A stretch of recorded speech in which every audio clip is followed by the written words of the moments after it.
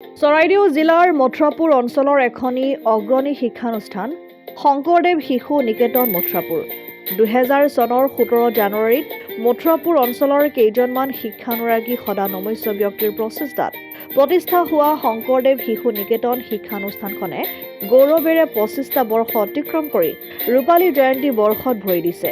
সেয়ে গৌৰৱোজ্জ্বল ৰূপালী জয়ন্তী বৰ্ষৰ সামৰণি অনুষ্ঠান বিদ্যালয়ৰ প্ৰতিষ্ঠা দিৱসৰ লগত সংগতি ৰাখি চলিত বৰ্ষৰ 17 আৰু 18 জানুৱাৰীত দুদিনীয়া বৰ্ণাঢ্য কাৰ্যসূচীৰে অনুষ্ঠিত কৰাৰ উদ্দেশ্যে ইতিমধ্যে দ্ৰুত গতিত চলাই থকা হৈছে বৃহৎ প্ৰস্তুতি। কাৰ্যসূচী অনুসৰি 17 জানুৱাৰীত শিল্পী দিৱসৰ লগত সংগতি ৰাখি শিক্ষানুষ্ঠানখনৰ ছাত্ৰ-ছাত্ৰীৰ দ্বাৰা পৰিৱেশন কৰা হ'ব গীত, মাত, নৃত্য আদিৰ অনুষ্ঠান। 18 জানুৱাৰীত পুৱা 8 বজাৰ পৰা কাৰ্যসূচী আৰম্ভ কৰা হ'ব ক্ৰমে বন্তি প্ৰজ্বলন, স্মৃতি তৰ্পণ, নৱনিৰ্মিত গৃহ উন্মোচন, প্ৰাচীৰ পত্ৰিকা উন্মোচন আৰু দিনৰ 10 বজাত বাৰেৰহণীয়া সাংস্কৃতিক শোভাযাত্ৰা। দিনৰ 12 বজাত মুকলি সভা, বন্তি প্ৰজ্বলন আৰু গুৰু সভা। দিনৰ 2 বজাত উন্মোচন কৰা হ'ব স্মৃতি গ্ৰন্থ। সন্ধিয়া 5 বজাৰ পৰা আমন্ত্ৰিত আৰু স্থানীয় শিল্পীৰ দ্বাৰা সাংস্কৃতিক সন্ধিয়া অনুষ্ঠান সম্পন্ন হ'ব বুলি জানিবলৈ দিয়ে উদ্যোক্তা সমিতিয়ে।